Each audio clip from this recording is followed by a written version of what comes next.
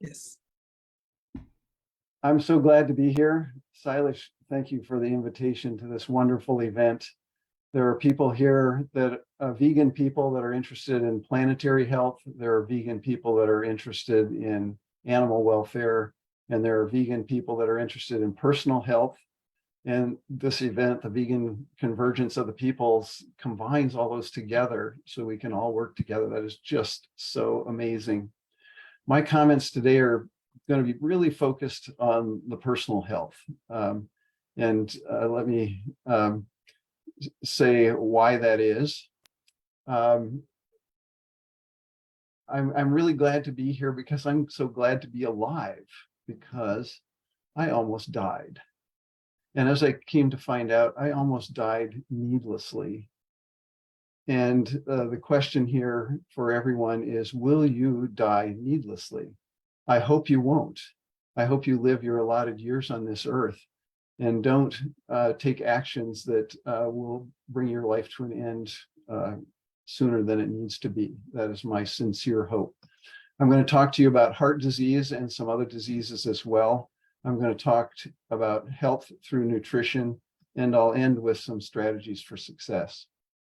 My story really begins about 20 years ago when my wife turns to me and says, "John, do you know that you have the body of a god?"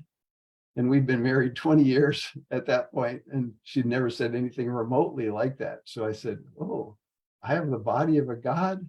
And she says, "Yes, unfortunately, the god is Buddha."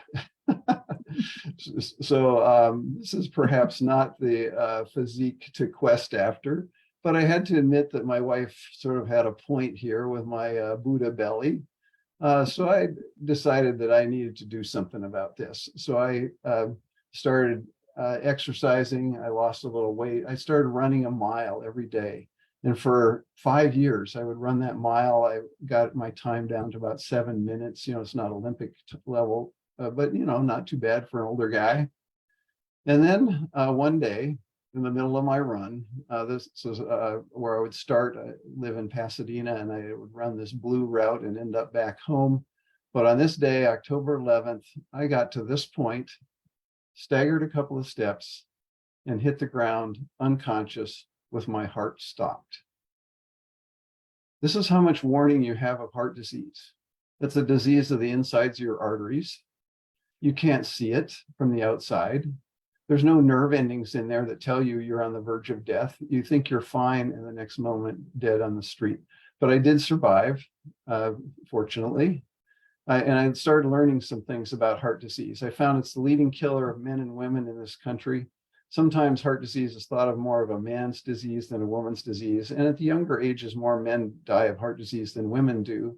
But at the older ages, more women die of heart disease than men do. So by the time it's all over, it doesn't matter whether you're a man or a woman. If you live in this country, this is the disease that is most likely to kill you. And the most common form of heart disease is sudden cardiac arrest, where there's no warning. And if this should happen to you outside of a hospital, your survival rate is about 3%. So taking all these three things together, the leading killer, the most common form of it, and a really low survival rate, means that people are dropping dead around us all the time. Wasn't too long ago, Mayor of San Francisco seemed to be okay, and the next moment he's dead of heart disease. But it's not just famous people, it's our neighbors, our family members, our coworkers, the people around us. Probably everyone in this meeting today knows at least one person, perhaps several, that seem to be okay one day, and the next day they're gone of heart disease. So me having sudden cardiac arrest is not unusual at all. It's pretty normal, but surviving is a little unusual.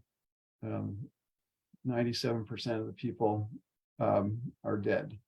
And that's part of what drives me today to share what I've learned with others, because most people, by the time they find out they have heart disease, they're dead. They have no chance to learn anything, and they don't have any chance to pass on what they've learned. So that's really what drives me. Here's what they saw in my heart the day of my cardiac arrest. Here's the heart muscle. You can't see it real well just yet because the x-rays go right through the muscle tissue. You can see one of my ribs here, another rib down here, spinal column over the side. You can see this catheter. This is a small plastic tube that they inserted into the incision they made on the inside of my thigh. And they fed it up through the femoral artery around the top of the heart through the aorta, which is relatively large. Then they made a turn into the small coronary artery that feeds blood to the muscle tissue of the heart. The muscle doesn't get its nutrients and its oxygen from the blood that flows through that it's pumping. It has to have its own arteries on the outside that feed it oxygen and nutrients. So just before this video starts, the doctor pushes a foot pedal, which squirts radio opaque dye into the catheter that's sticking out of my leg. And the dye goes through the tube and comes out where the end that you can see it here. So the doctor can see the blood flow through my heart. And this is what he saw. And I want you to, as you look at this, to see if you can tell where my problem was that day.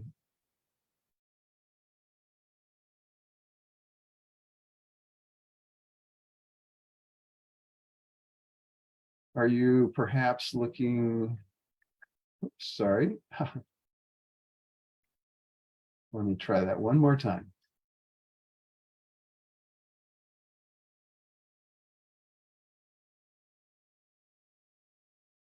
If you're looking right there, that would be correct.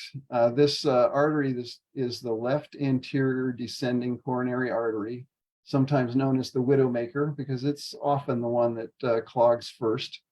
And it appears as though there's no blood getting through this clog, but we know there's some getting through, or else you wouldn't see the dye downstream of it. So there's some getting through, and also I would have been dead if there was nothing getting through. But there's not much getting through, and that was my problem that day. And you will see from the research that I present in just a moment, I eventually was forced to conclude that I did this to myself. And I'm sad to say that the vast majority of Americans are doing this to themselves. Maybe not so much the group of people that are listening today, but the vast majority of Americans are in the process of doing this to themselves. But I did survive. The first day or so in the recovery room was a little awkward. I would wake up from a coma, and I would see my wife there, and I'd say, "Honey, where am I? What happened?" She'd say, "You're in the hospital. You had a heart attack." And I'd say, "Oh, okay." And I'd drift off. A few minutes later, I'd wake up again, and I'd say, "Where am I? What happened?"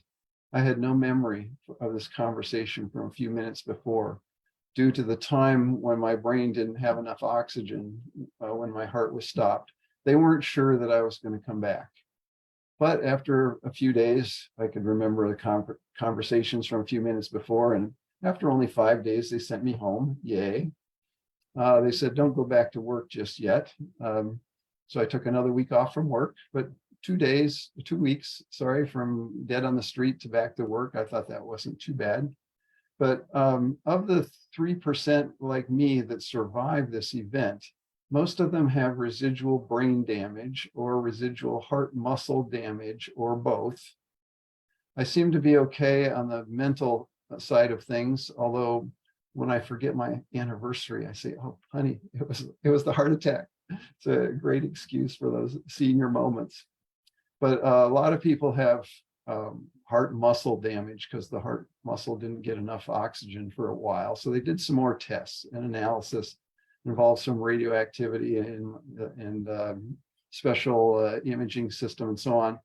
But the tests showed that I didn't have residual heart muscle damage. Yay. And the doctor said, "You can go back to your life the way it was." And at first I took it exactly the way he meant it, which is this event that has thrown your life into turmoil. It's affected your work, your family, everybody around you. You can just sort of forget about that and go back to the way things were before. But as I thought about this question, my life the way it was, if my life the way it was included the heart attack, I sure didn't want to go back to that. So I started asking some other questions. Was my life the way it was the cause? I didn't have any idea what caused heart disease, but I really wanted to know. And I wanted to know, can it be prevented or reversed? Do I have to go through this again? Eventually, my doctors were not very helpful, but a friend sent me an article in a journal, medical journal, which I read, and that led me to a book called Prevent and Reverse Heart Disease by Caldwell Esselstyn. And this was really my start down this path of understanding. In this book, Esselstyn says nearly half the people in the US will suffer heart disease. That's a lot. Not all of them will die of it, but half the people, it's a major, major problem. This doctor says, know your cholesterol levels, both total and LDL, and also know what the healthy levels are. Some doctors understand what healthy levels are, some don't. So you need to protect yourself by knowing these numbers. If there's anything you take away from this talk today, I would love it if it were these numbers. Your total cholesterol should be below 150, and your LDL, the so-called bad cholesterol, low density lipoprotein cholesterol, should be below 80 milligrams per deciliter. If you're in those ranges and you're taking no medications at all, you can tune me out right now, because there's nothing I can say that will reduce your chances of having a heart attack, because you won't have one. I am sorry to say the vast majority of Americans are above 150 and 80. Some of them a long ways above these numbers. And this doctor says, if your numbers are not below these, fix the problem yourself. Doctors cannot fix this problem. This is a doctor saying that the leading killer in this country cannot be fixed by doctors. These two statements he made are either great news or terrible news, depending on the type of person you are. If you're the type of person who wants to live a carefree life and do whatever you please, and if something goes wrong from a health standpoint, you'll go to the doctor and they'll fix it, this is really bad news, because the leading killer in this country can't be fixed by doctors. But if you're the type of person who wants to take control of your life, you want to decide for yourself whether you're going to be healthy or sick. You want to decide for yourself whether you're going to live a long time or cut your life short. This is great, because you can fix the problem yourself. We'll talk about the fix in a moment, but if you decide you're not going to fix the problem yourself, the medical establishment has lots of things they would like to do to you or have you do to yourself. They'll prescribe medications. They're ineffective and harmful. We'll talk much more about those in just a moment. They'll might want to put in stents. These are metal mesh tubes that they insert through the catheter. They slide them into place and then expand them to mash the debris out of the way. When you have the sort of problem that I had, we do nearly 1 million of these a year, and they don't cure heart disease, because the problem isn't caused by the lack of stent. The next thing the doctors will do is coronary artery bypass graft, CABG, sometimes called cabbage or just bypass surgery. We hear about it all the time. We do 500,000 of those a year, and they don't cure heart disease. We spend 10 billion a year in this country on the statin drugs alone, not million, a billion with a B.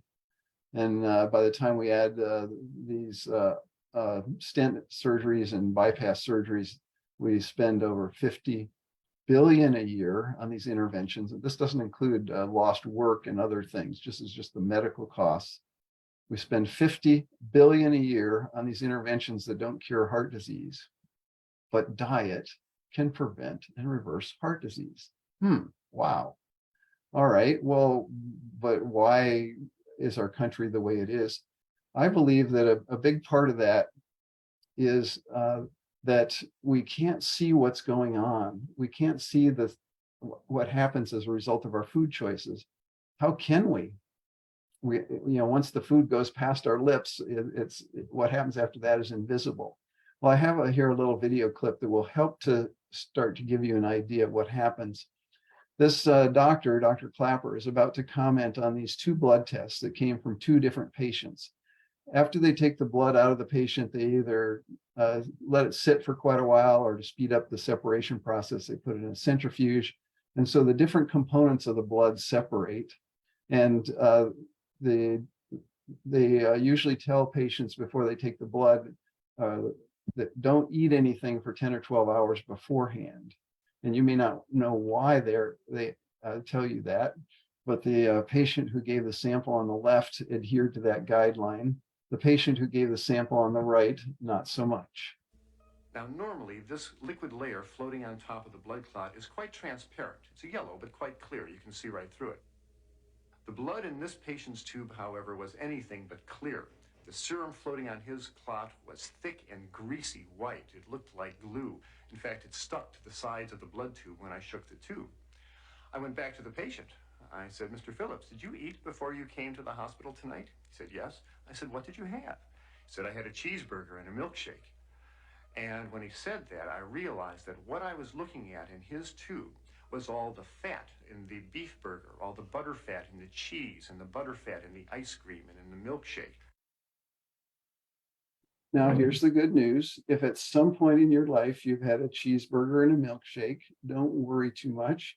Your body is amazing. It clears this stuff away, but it takes 10 or 12 hours. That's why they tell you to not eat anything before the blood test. They want to see your blood the way it's supposed to be, not the way you messed it up based on what you just ate. But for most Americans, before their bodies have had a chance to clear away this junk that they ate, what do? They eat some more of it.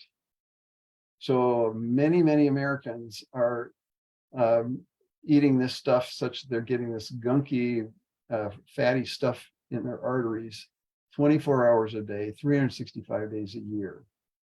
Even so, your body is amazing.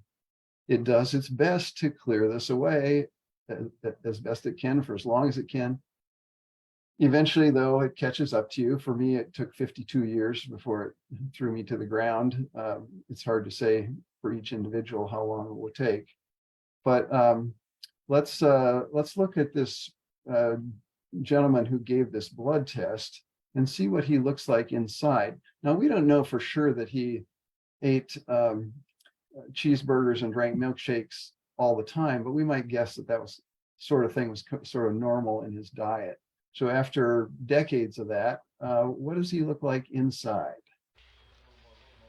The next morning, we took Mr. Phillips to the operating room, and I put him to sleep, and the surgeon opened up his chest. And from these arteries, he began pulling out yellow, greasy deposits of fatty material called atherosclerosis. So I'd like you to think of this image right here the next time you're tempted to eat a cheeseburger or drink a milkshake. This is the kind of stuff that you're building up inside of you. You also need to know that this roto-rooter job, this plumbing job that this guy got, didn't help him. In fact, the yellow material that you see being pulled out doesn't form on the inside wall of the artery. It forms just inside, past that first endothelium layer of cells, such that in order to pull out this yellow string of stuff, you're also pulling out the inner lining of the guy's artery, which is really necessary for its proper function. So this actually makes him less healthy. So they don't actually do that. But I thought the video clip was good inspiration for us to keep in mind. This is what happens when you eat the wrong stuff. Just a few words about the cholesterol blood tests.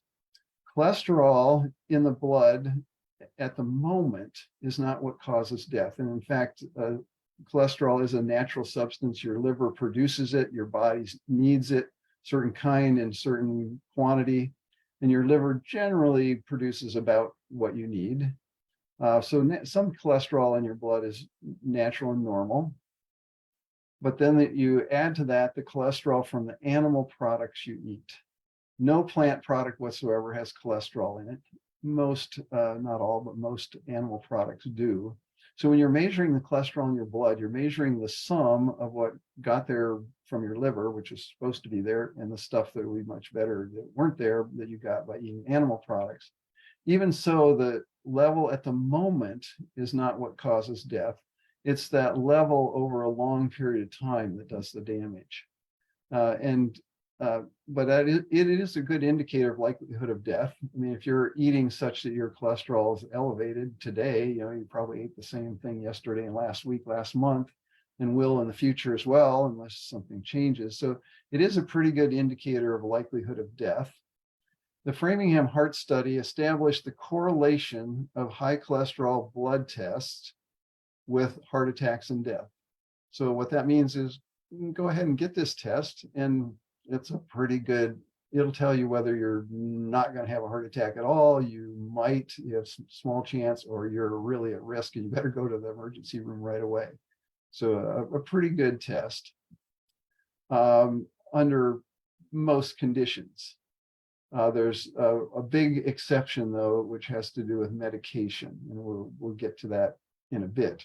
But if you're not taking any medication, this blood test is pretty good at telling you what your risk level is. The American Heart Association gives a guideline of total cholesterol of 200. This is interesting. I'm served by Kaiser Permanente, and when I get a blood test, a lipid blood test, it comes back and it says, your cholesterol, total cholesterol is this number, and the standard is 200. So you can compare to tell whether you're in good shape or not. Well, but the research shows that it really should be 150 to be healthy. So I went to the Kaiser and I said, where does this 200 come from? They said, well, it comes from the American Heart Association. So I contacted the American Heart Association and said, where does this number come from? They said, well, it's roughly the average of all Americans. Oh, wait a minute. It's an average among a group of people whose leading cause of death is heart disease. You don't want to be average. You want to be healthy, and 200 is not healthy. So don't believe that that's okay. The Framingham Heart Study, in fact, found that a third of the people with heart disease had cholesterol between 150 and 200. So if you're a little under 200, that's certainly better than being above 200. You'd rather be in the 1/3 instead of the 2/3. But I think you'd rather be in the 0% chance of having a heart attack. Now, I'm a great example of this. My last blood test before my cardiac arrest was at my total cholesterol was 188. So if you or your doctor thinks that just being under 200 is safe, I beg to differ. The June 2010 study came out, and it showed that the statin drugs break the correlation between the blood test measurement and your likelihood of death. What does this mean? It means the cholesterol blood test goes down, making you think you're healthy, but you still die nearly as often. Let me draw an analogy for you. If you're driving your car and the red check engine light comes on, you know that the red light itself is not the problem. It's an indicator that there's a problem somewhere else deep inside your engine, but you know it's serious, and so you better get it taken care of. You go to the mechanic and it comes back the next day and the check engine light is off, and you think, great, the mechanic fixed the problem. But then if you happen to look behind the dashboard and you found the wires going to the red light and they look like this, you might conclude that, in fact, the mechanic didn't fix the problem. He just disabled the indicator so you no longer knew there was a problem. And I think you'd be pretty angry at your mechanic in that situation. Same with these statin drugs. Don't let the statin drugs fool you into thinking you're healthy. Well, what are these drugs doing? The statin drugs inhibit the liver's natural production of cholesterol. They don't do anything about the cholesterol that's in your body from the animal products that you ate. So let's see here. These drugs, some people are referring to them as liver poisons. They're toxins that screw up your liver's natural function that your doctor has convinced you to take. And they do result in a lower blood test, because the blood test is some of what comes from your liver and what comes from the animal products you ate. So yeah, you can still keep eating animal products and your cholesterol level goes down because you're poisoning your liver. But I wouldn't recommend that approach. I was on that for a year before I found enough research to suggest to me that I get off of those quickly. So what do these drugs do? By the way, statin drugs, the trade names for those are Lipitor, Zocor, Crestor. I hope none of you are on them. The generic names are Simvastatin, Atorvastatin. If you're on any of those, look into it, contact me, look at the research, and you might want to consider getting off of those. What do? They cause liver problems. When I was taking these drugs right after my heart attack, in the fine print, it said, if you take this medication for any length of time, you should get your standard liver test. And if the liver test shows damage, you should discontinue this medication.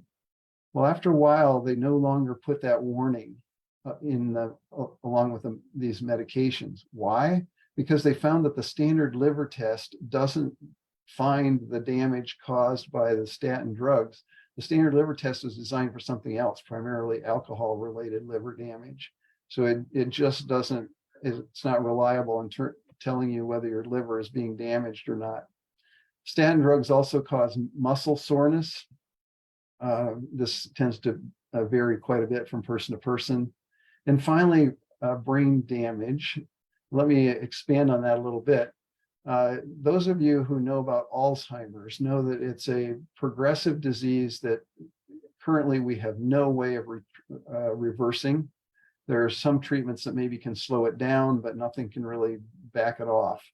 And the only way that they really know that you have Alzheimer's is after you die, they can do an autopsy and look in the brain and see a particular type of degradation caused by Alzheimer's.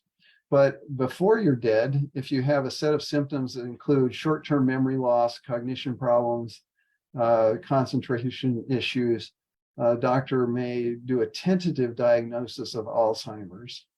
But they're finding more and more that people that are on these statin drugs are having these symptoms, and when they take them off the statin drugs, they get better, which means it can't have been Alzheimer's. It was caused by these medications. And this is the scariest thing for me. I think everybody in this meeting is really incredibly smart, and you can probably spare a few brain cells to die and you're still fine, but I'm not that smart. I need all of my brain cells. So this is the scariest thing for me. Now, as I found my way into medical research journals, going to medical conferences, talking to the experts, I eventually found some really interesting studies. And after a while, it occurred to me that I could put all of these on one slide to show graphically a comparison of 5 different approaches to deal with heart disease. And I want you to understand this isn't one big study comparing 5 things. It's 5 different studies that all compare a particular treatment to a baseline of untreated patients. So the first one of these is stents. These are these metal mesh tubes that they jam into the diseased artery to push the debris out of the way. The Duke University for years had patients coming in that were candidates for stents. They decided that they would do this study where they'd take half the patients arbitrarily and give them a stent, and half they wouldn't get the stent. And they'd measure the lifetimes and deaths of both sides. And eventually they got enough data that they published the results. And I got out of this paper 2 numbers. What's the death rate per patient for the group who didn't get the stents? And I scaled that to be 100% on this chart. I applied the same visual scaling to the number, which is the death rate per patient of the group that got the stents. And here it is. If stents were highly effective treatment, we expect this red bar to be much lower. It's at 97%. What does that mean? It means that 97% of the patients that would die without the stents, even when they get the stents, they still die. This is a highly, highly ineffective treatment for heart disease. Well, what about these statin drugs, Lipitor, Zocor, Crestor, those kind of things? how effective are they at lowering the blood test measurement? Very good. They really do drive down the blood test measurement compared to a similar group that doesn't get the drugs. Do we care about the blood test measurement? No, we care about it only if it's an indicator of our likelihood of death. Well, let's look directly at the death rate then. This next red bar comes from this June 2010 study I mentioned a few minutes ago that actually looks at the death rate. And so they took 65,000 people that were all having high cholesterol at risk for heart disease, gave half of them statin drugs, half of them didn't get the statin drugs. I took the death rates for the two groups. One scaled to 100%, the other scaled with the same scaling, and it comes out to be about 91%. Now, I can't say that statins provide no benefit. The benefit that they provide is this little bit of white above the red bar, which is about 9%. But I can say that 91% of the people who would die without the statin drugs still die. Not a very effective treatment. What really annoys me about this treatment is that the doctors don't tell you the statistics and how terrible they are, and they sort of hold them out as this is the cure. And so it doesn't cause you to perhaps look further and look at alternatives. Well, let's look at two more studies. This next one came from UK, where they looked at what people ate. And people in UK eat pretty much like Americans do, Western diet. And like here in this country, a small percentage of people in UK just are vegetarians. That means they don't eat meat. They may still eat animal products, including dairy and eggs, that you'd still be a vegetarian, but they just cut meat out of their diet. And the study looked at what is the death rate due to heart disease for the group who ate the standard Western diet. I scaled that to 100%, same scaling for the vegetarians, and the death rate is here, about 65%. Now you look at that and you say, there's still a lot of red. Vegetarians are still dying of heart disease. But if you look not at the height of the red bar, but the white above it, you would say, this treatment is 3 times more effective than the best medication that we have. So a doctor, if you go to the doctor with high cholesterol, they should say, well, we can give you this medication, it's not very good. Or you can just cut meat out of your diet and it's 3 times better. What do you want to do? Some doctors may be saying that, not nearly enough. But wait, there's another study that I need to tell you about. This is one that involves an ideal diet. I'll say in a moment exactly what that is. But this came from Caldwell Esselstyn. I mentioned this book before. He does an early study that he talks about in that book. I found it just fascinating. But that involved 18 patients, and he was criticized for saying, well, you can't infer from 18 patients that this will work in the population at large. Well, mathematically, statistically, absolutely you can. But still, to counter those criticisms, he got together with some other people. They raised a bunch of money because these studies are expensive. They enrolled 200 patients. Each of those patients were high-risk heart disease patients. He brought each of them into his office individually and said, you really need to eat this set of stuff and avoid eating this other set of stuff.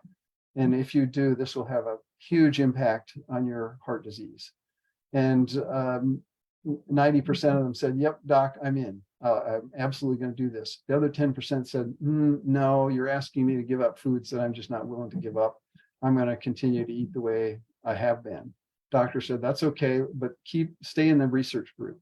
So they tracked both groups of patients for years, and then eventually they published the data. In this case, they tracked not only the deaths due to heart disease, but 4 other cardiac events as well, which is bypass surgeries, a stent emplacements, a heart attack that didn't result in death, and angina, which is just severe chest pain. So they published in their paper the cardiac event rate per person for the group that didn't change their diet, and I scaled that to be 100%. I applied the same scaling to the heart cardiac event rate for the group who had the ideal diet.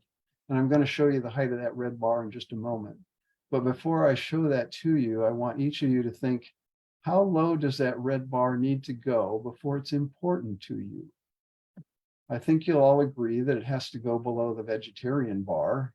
If it turns out the ideal diet is higher, well, we won't do that. We'll do the vegetarian thing. So it needs to go lower, but how low before it's important to you? Ready to see that red bar? Here it is. 1% or less. 99% of the leading killer just goes away if you eat the right foods and avoid eating the wrong foods. Wow. Okay, so if you eat properly, you don't have heart disease. That's what this shows.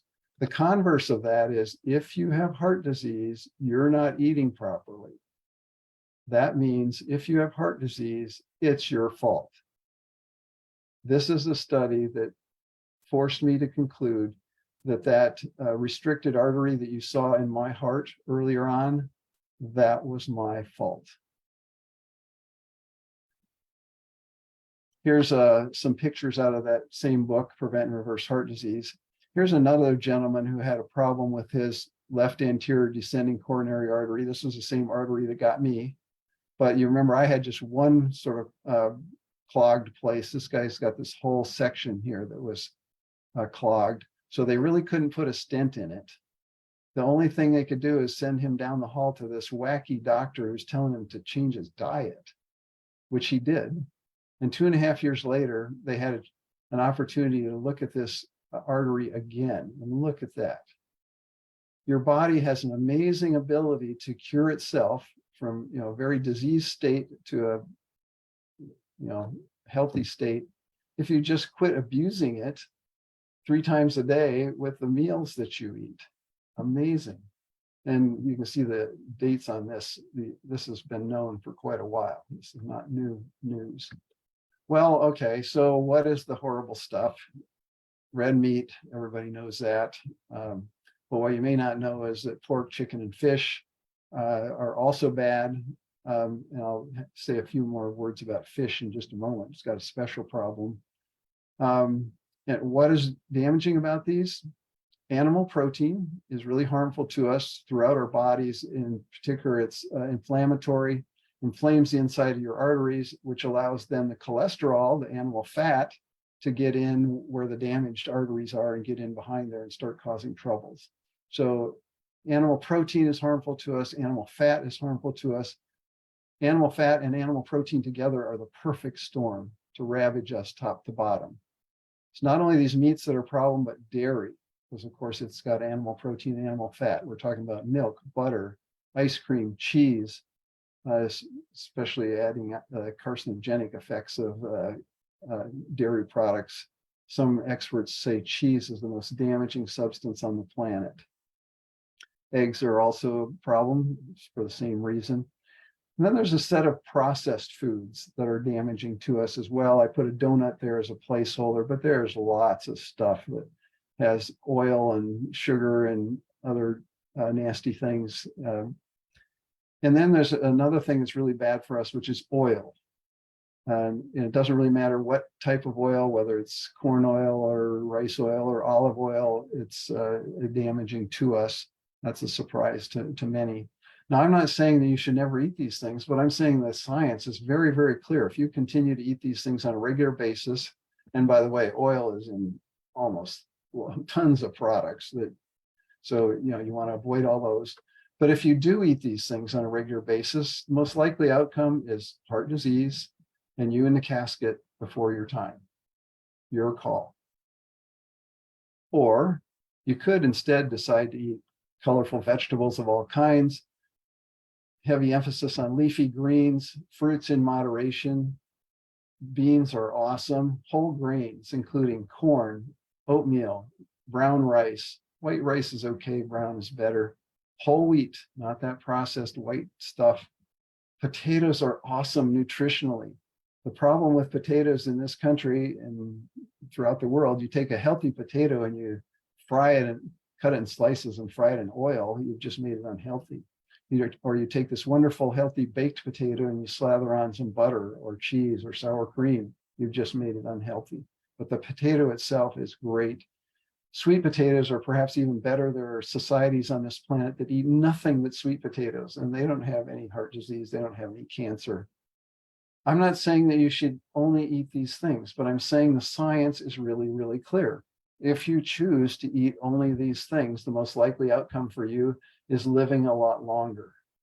The studies, depending on which ones you look at, suggest 14 to 20 more years. So that might be enough to not only see your kids grow up, but your grandkids. And the closest you'll come to the graveyard in your old age is when you run through it, exercising, and you see the gravestones of the people who ate the stuff on the previous slide. Now, what may be more important to you than those extra years is the quality of those years. In this country, the average number of years of disability before death is about 9. And the things that cause a disability are the same diseases that don't happen if you eat this plant-based diet. So you can have 9 years that really suck, and then you die. Or you can have 9 vibrant, healthy years, followed by 14 to 20 more healthy, vibrant years, your choice, based on what you choose to eat. Now, the researchers usually call this diet a low-fat, whole food, plant-based diet. They tend to not use the word vegan because there are some vegan foods that are kind of unhealthy. But it absolutely is vegan because there's no animal products in it.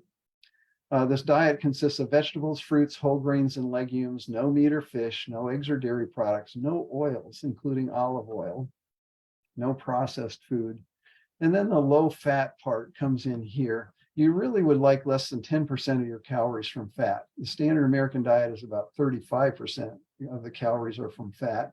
But by the time you've gotten rid of the meat, eggs, and oils, most of that is gone. So you don't have to count calories and count fat calories. But there are a few plant products that are high fat that you really need to have some caution with. And that's nuts and seeds, coconut, and avocados.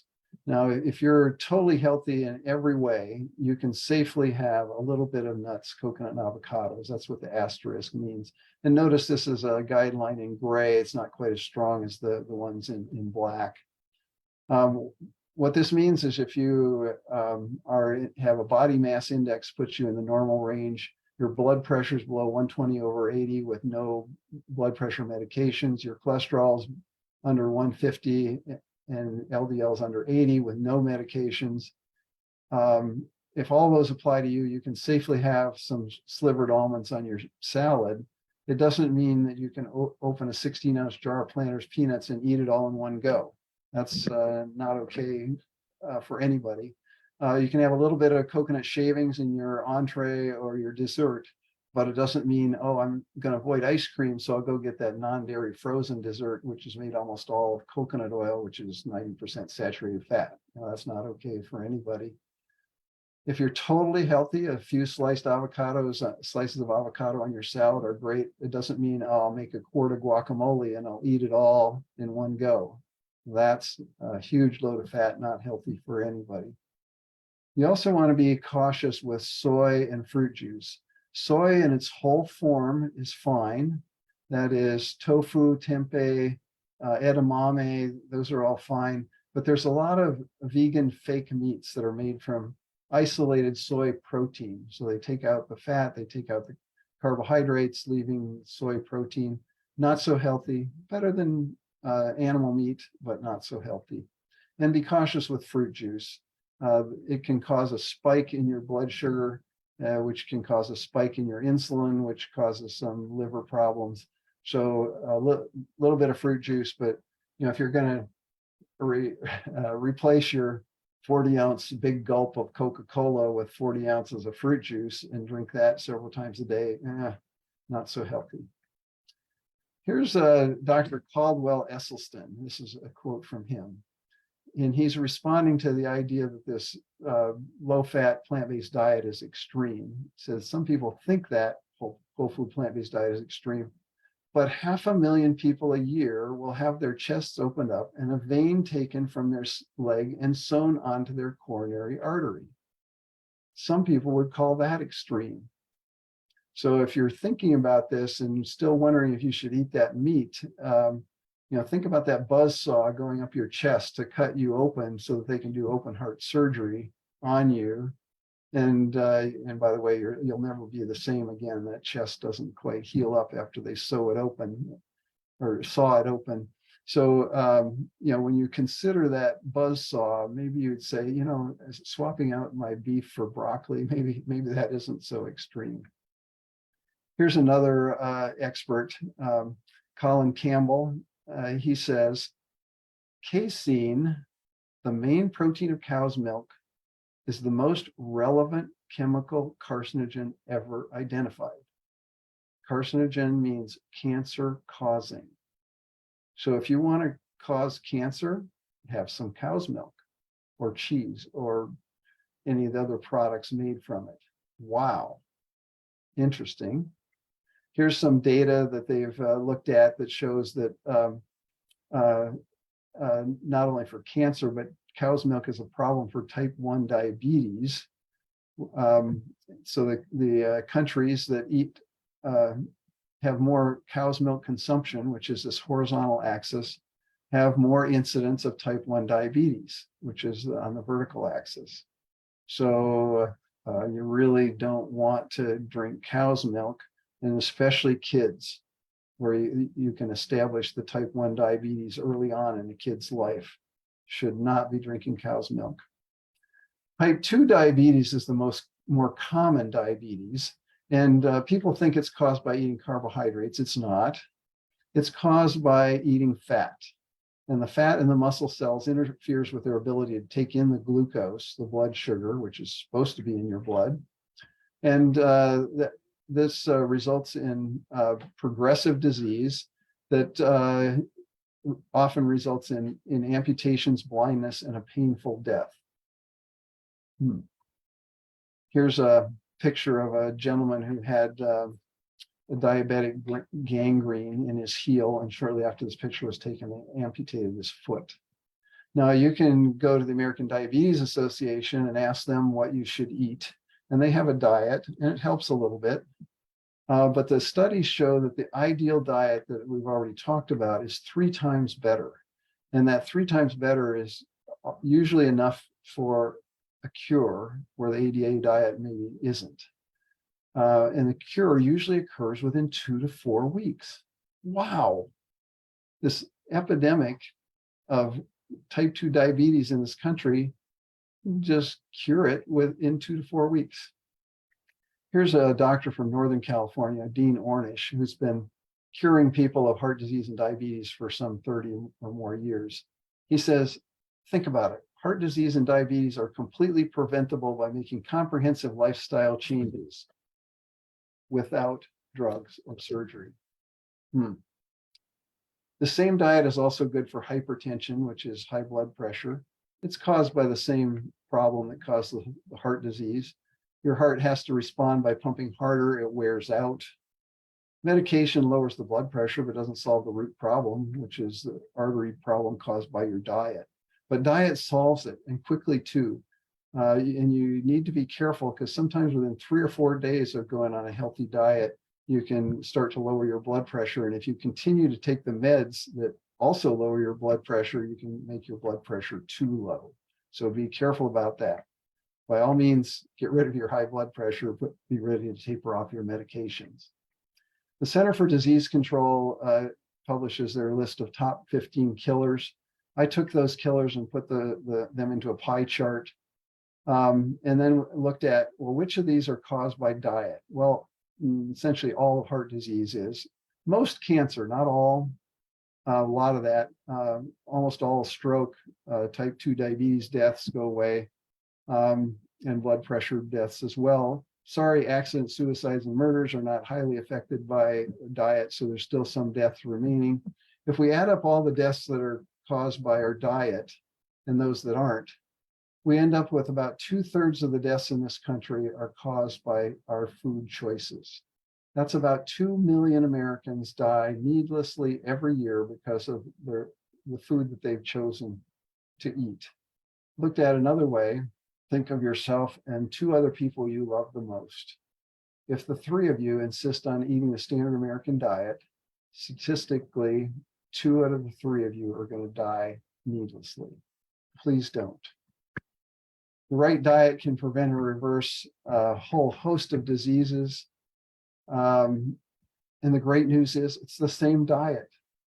It's like every time I go to a medical conference, I come back with, there's another 2, 3, 4, 5, 6 diseases that just go away if you eat the same diet. It is amazing. Let me tell you just a little bit about toxins in your food. There's a concept called biomagnification. If you imagine a little patch of grass and it has a little bit of toxin in it, and I'll show that graphically by this little black dot right there. And along comes the cow and eats it that day. And the next day, the cow eats another one, another one, another one. And the thing that makes a toxin toxic is our body's inability to get rid of it. So as this cow continues to live, these toxins build up in its body.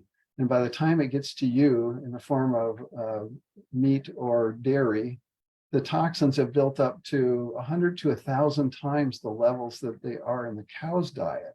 So it might have been small enough to not completely harm the cow. It can be well high enough to really harm you.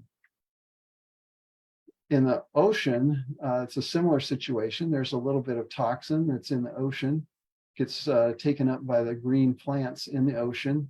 Along come the little krill or the little fish, and they eat the green plants. And by the time they're mature, they've built up 100 to 1,000 times the toxins in their body. And then along come the bigger fish, like the salmon or the tuna, and they eat these little fish that have toxins at an elevated level.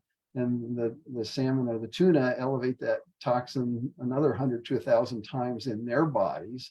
So by the time it gets to you and your plate, there's so much toxins that it's 10,000 to 1,000,000 times the toxins that was in the green plant in the sea. I can't even show it to you all in the slide unless I shrink it like this to show you all the toxins. That's mid-range, by the way. The higher end of that range is like this. And oh, by the way, this might not be high enough. This is 1,000,000 times. I found a study that showed that some samples they've taken of salmon showed not 1,000,000 times the toxin level, but 9,000,000 times the toxin level. So to show you that, I'd have to do this. So there's not a question as to whether you get toxins in your fish. The question is, will you get a little bit of fish along with this huge load of toxins? And it can get even worse than that. I found a report that showed that about a third of the fish caught are not going to feed humans, they're going to feed livestock. So you take this highly toxic stuff and you feed it to the cows, pigs, and chickens, where it magnifies even more, and then we eat it. How do we avoid all this stuff? Just don't eat any animal products. So what are steps to long life and health that I recommend? Learn everything you can. You need to be smarter than your doctor. They don't teach this stuff in medical school, sadly. Make a change to a better diet. There will be challenges associated with that, but you can overcome them. And then at some point, help others through these 3 steps. Here's some things that I've been doing to try to help people. I created this nonprofit organization called the Nutrition Science Foundation. And the website is there, nusci.org. I put a number of resources and information there on that website, including some recipes, a doctor directory for the few doctors that really understand this stuff, and some success stories for inspiration, both some written ones and some videos. And if you'd like to help us spread the word, we'd love a donation. So 2 possible action plans for you if you're ready to go on a more healthy diet, and I know many of you already are on that diet. But if you're not and ready to go, read one of the recommended books that I recommend on the website, nusci.org.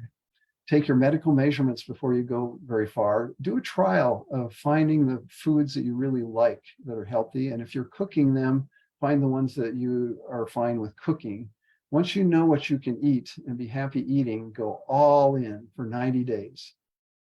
If you can't do 90, do 60. If you can't do 60, do 30, but eat only plants, and then take your measurements again.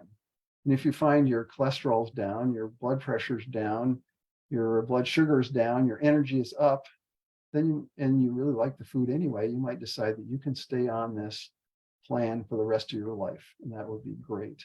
And at some point, help others through this process.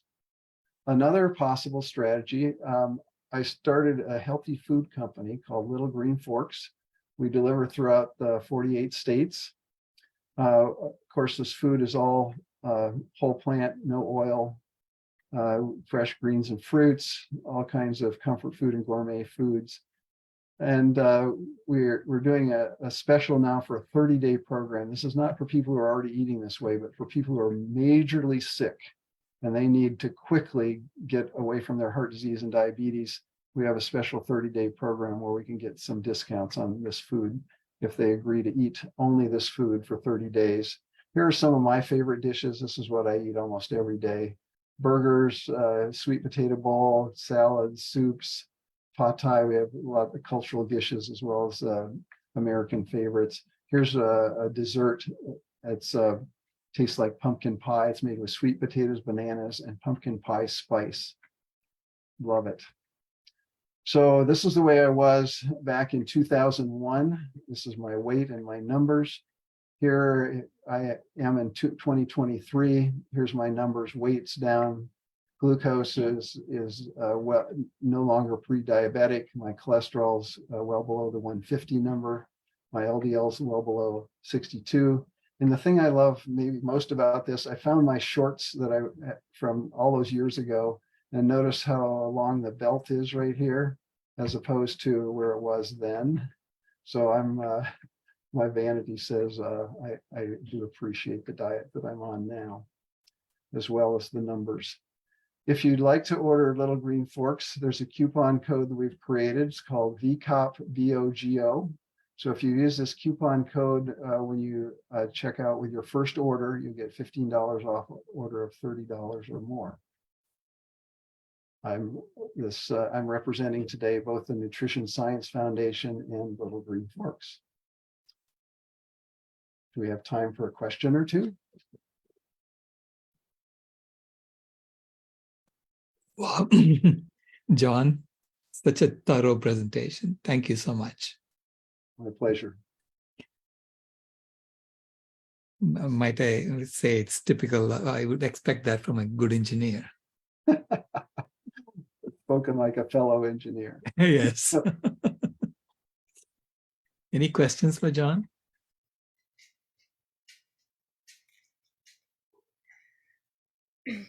Hi, I'm BJ. Hi. I'm not sure what happened. Yeah, go ahead, BJ. I'm just so moved by your talk, and of course some of it I've known, but I'm moved also because I got a call today from a friend that passed away, who was a meat eater and overweight, and I've just shared your video to some other people that I love. And so thank you so much for sharing it. I'm so glad you made it through. Thank you. And I'm going to share with you a little personal detail. People sometimes ask, why do I share this message? Well, part of it is I do love to hear that people come back to me and say, you know, my life got so much better based on what I learned. But what really drives me is the failures. I've had friends, close friends, who died of heart disease because I couldn't convince them to change. And you know, you can only push so hard with your friends, but it's the failures that sometimes drive us to do more, try to do more. Thank you. Thank you, BJ. Watch.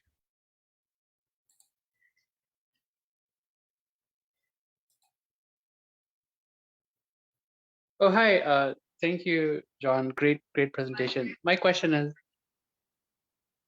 how do we get the medical community to embrace this? You know, they're not going to make any money if you are ruining their bypass surgery or the cabbage or the triple bypass. How do we make inroads into the medical community to adopt food as medicine while not giving an indication that we're there to destroy their whole business model? That is such an excellent question, and there is no simple answer to that. Yeah, the experts like Campbell have estimated that 75% of all of her medical costs would go away if we all ate this plant-based diet. Well, that means 75% of the doctors are unemployed, 75% of the hospitals are out of business. And that is scary for people that are in that business. And so, yeah, how do you, on the other hand, most doctors got into being a doctor because they want to help others. And more of them are getting disillusioned because they prescribe the medications and they send them down the hall to the surgeon and they don't get better. And so there is a growing group of doctors that are trying to make this change. I showed the clip of Michael Clapper with the 2 blood samples. He's retired from active practice to spend the rest of his days trying to get this information into medical schools.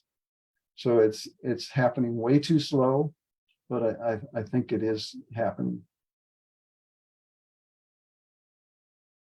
Yeah, the whole lifestyle medicine movement is incredible. It is. Yeah. If there's not going to be any more questions, I can expand on this. Yeah. I started an organization called Tanner Care Health and Wellness Center, where we do programs that are 25 hours or 75 hours for a whole year. We take patients through this process, and most of it is psychological. You know, in the first few days, you can teach them what to eat and what not to eat, but how do we actually change our minds so that we don't eat that stuff? And we had pretty significant success with this program, but we had a hard time getting anybody to pay for it. You know, the insurance companies don't want to pay for it. Medicare doesn't want to pay for it. The patients themselves, they expect their insurance to pay for it. They don't want to pay for it. I've spent a fair amount of time looking for who benefits financially if people are healthy. And I haven't found them yet. You know, the doctors don't benefit, the insurance agents don't benefit, the hospitals don't benefit. Yes, the people benefit, but you know, they're not the ones paying the bills typically. So how about Kaiser? Wouldn't Kaiser benefit? You would think so. I gave a talk maybe 10 years ago to a group of Kaiser doctors, and they said, wait a minute, you're telling me that if you switch to this diet, the patients are cured of type 2 diabetes? Yes. That you're not just treating their symptoms, but the disease goes away? Yes. And I thought the financial model for Kaiser was you pay your premium and then they cover all of your costs. Well, sorry, they're tied into Medicare, and Medicare provides money to them, a certain amount, for care of a diabetic patient. If you make the patient so they're no longer diabetic, that money flow comes to an end. And they pointed that out. And, you know, it's better for them to treat the symptoms and keep the patient sick, financially better for them. Sorry about that. It's so systemic, isn't it? It is so sad. Nancy? And then we can close it. Thank you. Thanks so much. That was brilliant and really powerful. And I can't wait to send it to everybody I know who may or may not receive it well. I was wondering if you were aware of the role of John D. Rockefeller Sr. and the role of petrochemicals in making pharmaceuticals and his profit motive in pushing drugs and totally destroying all the other methods of medical care, from homeopathy and herbology and massage and nutrition, etc. And connected to that, the Flexner report by Abraham Flexner, in which he went around the country and went to all the medical schools and tried to see what they were doing And then John D. Rockefeller, through his money and his contacts, his cousin in the Congress, and his pulling ads from any magazine or any publication that in any way promoted anything but drugs, and his owning of 2 out of 3 of the major insurance companies. And they just smashed all these other forms. Homeopathy colleges, some survived, not many, but it was this 1910 Flexner report that really made it so that if you weren't number one cure, drugs, number 2 drugs, if you weren't about that, you were really, the money was withdrawn, and almost all the colleges were closed. And now you're a crack. I'm sorry, you're a quack. You're crack too, but you're a quack if you do anything but drugs. And even anyone who opposes vaccinations or promotes the movie Vaxxed, VAXXED, or has any kind of alternative approach, is ostracized. And some, like Dr. Andrew Wakefield, who was in the movie Vax, he lost his license. And a lot of these people do lose their license, and sometimes even worse. So just wanted to put that forward as something that I think, people ask, well, what can we do with the doctors? Well, they're trained, Merck medical, the manual they got into the whole curriculum. They prepared the curriculum, and that's all you're supposed to do. So the doctors, it's not like they don't have a choice, but they are trained from the get-go. It's the slash, burn, and poison technique, slash, surgery, burn, radiation, and poison, chemotherapy, or, these statin drugs, etc. So it's a whole combination of things now that's really, but there's light. A lot of people are exposing the influence of the drug companies. And so I just want to put that forth so that we all are aware of power of money, as opposed to what we have, which is much more powerful, and that's the power of truth and love and peace and justice. Thank you so much for your talk. Nancy, thanks for those words. I was not aware of the history. It doesn't surprise me at all. And I do understand the current nature of medical schools. One of the things I've heard is medical schools cost a lot to run. And even though admission fees are high for the students, they don't cover the costs. So how is a medical school supposed to cover their costs? Well, they've got a steady line of pharmaceutical companies and medical device manufacturers. They'll be happy to kick in some money. But then when those companies come up with a new product and they come to the medical school and say, we'd like our person to give a lecture to these upcoming doctors, medical school isn't going to say no. They're dependent on that money.